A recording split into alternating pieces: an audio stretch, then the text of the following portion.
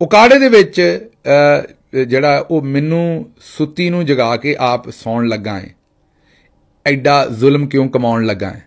ਇਹ ਗਾਣਾ ਹੁਣ ਤੁਹਾਨੂੰ ਹਾਸਾ ਵੀ ਆਉਣਾ ਖਬਰ ਸੁਣ ਕੇ, ਹੱਸ ਲਓ ਚਲੋ, ਖੈਰ ਹੈ ਗਾਣੇ ਤੇ ਹੱਸ ਲਓ। ਹੁਣ ਮੈਂ ਤਾਂ ਨਹੀਂ ਲਿਖਿਆ, ਮੈਂ ਤਾਂ ਨਹੀਂ ਗਾਇਆ, ਲੇਕਿਨ ਚਲੋ ਹੁਣ ਸਾਡੀ ਜ਼ੁਬਾਨ ਹੈ, ਸਾਡੇ ਲੋਕਾਂ ਨੂੰ ਕਈ ਇਹ ਵੀ ਪਸੰਦ ਹੈ ਚੀਜ਼ਾਂ, ਕੀ ਕਰੀਏ। ਇਹ ਹੁਣ ਗਾਣਾ ਰਿਕਸ਼ੇ ਵਾਲੇ ਨੇ ਲਾਇਆ ਤੇ ਉਕਾੜਾ ਪੁਲਿਸ ਨੇ ਰਿਕਸ਼ੇ ਵਾਲੇ ਨੂੰ ਫੜ ਕੇ ਤੇ ਉੱਤੇ FIR ਦੇ ਦਿੱਤੀ। ਇਸ ਤੋਂ ਪਹਿਲਾਂ ਚੇਤਾ ਹੋਏਗਾ ਤੁਹਾਨੂੰ ਝਾਂਜਰ ਦੀ ਪਾਵਾਂ ਛਣਕਾਰ, ਉਹ ਮੈਡਮ ਨੂਰਜਹਾਂ ਦਾ ਸੀ। ਇਹ ਮੇਰਾ ਖਿਆਲ ਅਗਰ ਮੈਂ ਗਲਤ ਨਹੀਂ ਤਾਂ ਨਸੀਬੋ ਲਾਲ ਸਾਹਿਬ ਦਾ ਹੋਏਗਾ।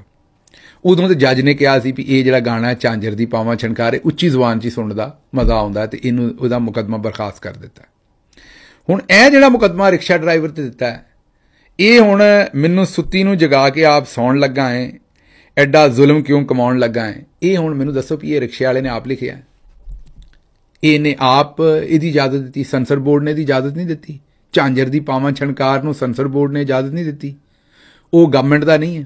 ਇੱਥੇ ਪਰਚੇ ਵੇਖੋ, ਇੱਥੇ ਜਿਹੜੇ ਮੁਲਕ ਲੁੱਟ ਕੇ ਖਾ ਗਏ ਨੇ ਉਹਨਾਂ ਦੇ ਉੱਤੇ ਕੋਈ ਪਰਚਾ ਨਹੀਂ ਦੇ ਸਕਦਾ, ਉਹਨਾਂ ਨਾਲ ਗੱਲ ਨਹੀਂ ਕਰ ਸਕਦਾ, ਉਹਨਾਂ ਨੂੰ ਬਲਕਿ ਵਜ਼ੀਰ ਆਜ਼ਮ ਤੇ ਸਦਰ ਬਣਾਉਂਦੇ ਨੇ। ਤੇ ਮਾੜੇ ਰਕਸ਼ੇ ਵਾਲੇ ਨੇ ਆਪਣੀ ਮਰਜ਼ੀ ਦਾ ਗਾਣਾ ਚਲਾ ਲਿਆ ਤੇ ਉਹਦੇ ਉੱਤੇ ਬਈ ਤੁਹਾਨੂੰ ਹੋਰ ਕੋਈ ਕੰਮ ਨਹੀਂ ਬੰਦੇ ਦੇ ਪੁੱਤਰਾਂ ਵਾਲਾ। ਜਿਹੜਾ ਮਾੜਾ ਬੰਦਾ ਹੈ ਉਹਨੂੰ ਇਸ ਤਰ੍ਹਾਂ ਤੁੰਨਦੇ ਨੇ, ਪਹਿਲਾਂ ਉਹ ਟੈਕਸੀ ਵਾਲੇ ਦੇ ਉੱਤੇ FIR ਦਿੱਤੀ, ਹੁਣ ਇਹ ਰਕਸ਼ੇ ਵਾਲੇ ਦੇ ਦਿੱਤੀ। ਹੁਣ ਤੁਹਾਡੇ ਚੋਂ ਵੀ ਕਈਆਂ ਨੇ ਆਖਣਾ ਨੇ ਗਿੱਲ ਸਾਹਿਬ ਗਾਣਾ ਤੇ ਠੀਕ ਨਹੀਂ ਬਈ, ਉਹ ਬਈ ਉਹਨੇ ਘਰ ਬਣਾਇਆ, ਉਹਨੂੰ ਹੁਣ ਕੀ ਪਤਾ। ਅਗਰ ਇਹ ਗਾਣਾ ਬਣਿਆ ਉਹਨੇ ਕੋਈ ਚਲੋ ਅੱਜ ਕੱਲ੍ਹ ਉਹ ਸੀਡੀਆਂ ਨੇ ਜਾਂ ਕੋਈ ਉਹਨੇ USB 'ਚ ਗਾਣੇ ਭਰਵਾਏ ਨੇ, ਉਹ ਕਿਸੇ ਨੇ ਭਰ ਦਿੱਤੇ ਨੇ, ਉਹਨੇ ਹੁਣ ਗਾਣੇ ਲਾਏ ਨੇ, ਇੱਕ ਗਾਣੇ ਤੋਂ ਬਾਅਦ ਦੂਜਾ ਆ ਗਿਆ। ਹੁਣ ਉਹ ਕੀ ਵਿੱਚੋਂ ਗਾਣਿਆਂ ਨੂੰ, ਕਿ ਮੇਰਾ ਮਤਲਬ ਹੈ ਕਿ ਵਿੱਚੋਂ ਪੁਣ ਲੈ ਗਾਣਿਆਂ ਨੂੰ, ਜਿਵੇਂ ਚਾਹ ਪੁਣੀ ਦੀ ਉਵੇਂ ਗਾਣੇ ਪੁਣ ਕੇ ਸੁਣਿਆ ਕਰੇ। ਜਾਂ ਹੁਣ ਗਾਣਿਆਂ ਤੇ ਵੀ ਪਹਿਲਾਂ ਜਾ ਕੇ ਫਤਵਾ ਲੈ ਲਈਏ ਵੀ ਜਨਾਬ ਇਹ ਸੁਣਨਾ ਹੈ ਕਿ ਨਹੀਂ ਸੁਣਨਾ, ਉਹਦਾ ਵੀ ਦਫ਼ਤਰ ਬਣਾ ਦਿਓ, ਬੰਦੇ ਪੁੱਛ ਲੈਣ ਵੀ ਸਰਕਾਰ ਇਹ ਗਾਣਾ ਸੁਣਨਾ ਕਿ ਨਹੀਂ। ਉਹ ਬਈ ਗਾਉਣ ਵਾਲੇ ਨੂੰ ਪੁੱਛੋ, ਲਿਖਣ ਵਾਲੇ ਨੂੰ ਪੁੱਛੋ। ਔਰ ਇਹਦੇ 'ਚ ਐਡੀ ਕਿਹੜੀ ਗੱਲ ਹੈ ਮੈਨੂੰ ਦੱਸੋ ਵੀ ਸੁੱਤੀ ਨੂੰ ਜਗਾ ਕੇ ਆਪ ਸੌਣ ਲੱਗਾ ਹੈ, ਐਡਾ ਜ਼ੁਲਮ ਕਿਉਂ ਕਮਾਉਣ ਲੱਗਾ। ਹੁਣ ਇਹਦੇ 'ਚ ਇਹ ਤਾਂ ਤੁਹਾਡੀ ਜ਼ਹਿਨੀਅਤ ਤੇ ਹੈ।